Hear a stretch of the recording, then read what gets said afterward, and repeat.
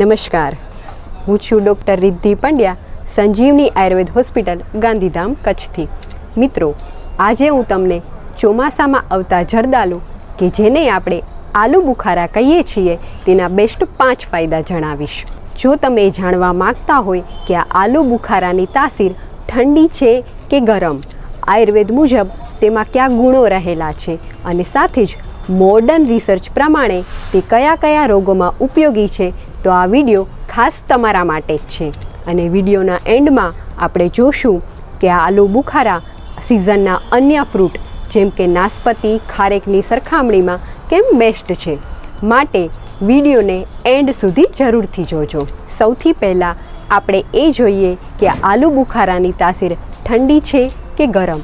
તો આયુર્વેદના રાજનિઘંટુ નામના ગ્રંથમાં કહ્યું છે કે આરુકાણી ચ સર્વાણી મધુરાણી હિમાની ચ, એટલે કે આ આલુની તાસીર તેના સ્વાદ ઉપર આધાર રાખે છે.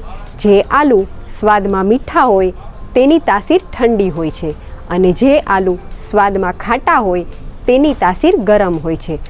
એનો અર્થ એ થયો કે મીઠા સ્વાદવાળા આલુ બુખારાની તાસીર ઠંડી હોય છે. હવે આપણે જોઈએ કે આ આલુમાં આયુર્વેદ મુજબ કયા ગુણો રહેલા છે. અર્શ પ્રમેહ ગુલ્મ આદિ દોષ વિધ્વસનાની ચ.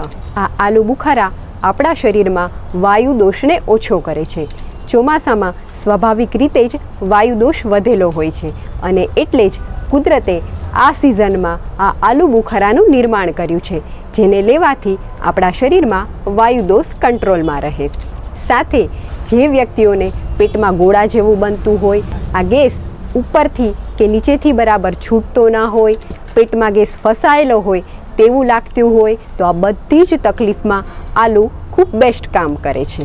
આચાર્ય મુજબ અર્શ એટલે કે હરસ મસાના રોગીઓમાં આ આલુચા ખૂબ સારો ફાયદો કરે છે. આ આલુ મીઠા હોવા છતાં આચાર્યોએ કહ્યું છે કે તે પ્રમેહ એટલે કે ડાયાબિટીસમાં લઈ શકાય છે. હવે મોડર્ન રિસર્ચ પ્રમાણે જોઈએ તો આલુ બુખારામાં કયા પોષક તત્વો રહેલા છે અને તેને લેવાના કયા 5 બેસ્ટ ફાયદા છે.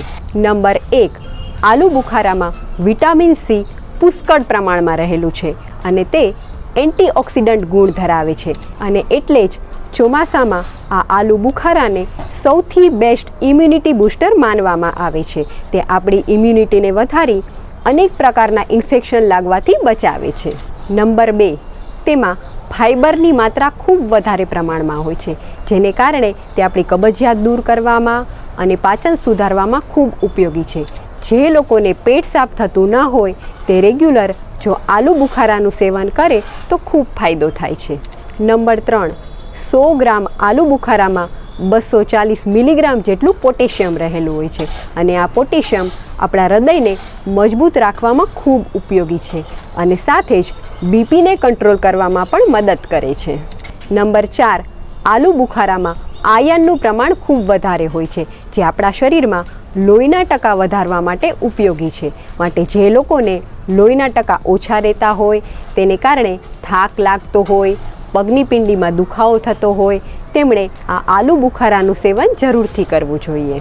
નંબર 5, જે વ્યક્તિઓનું સુગર કંટ્રોલમાં રહેતું હોય તેવા વ્યક્તિઓ ઓછા પ્રમાણમાં આલુ બુખારાનું સેવન કરી શકે છે. આલુ બુખારાના ફાયદા જાણ્યા પછી હવે આપણે એ જોઈએ કે આલુ બુખારા સિઝનના બીજા ફ્રૂટ જેમ કે નાસપતિ, ખારેક વગેરેની સરખામણીમાં સૌથી બેસ્ટ કેમ છે.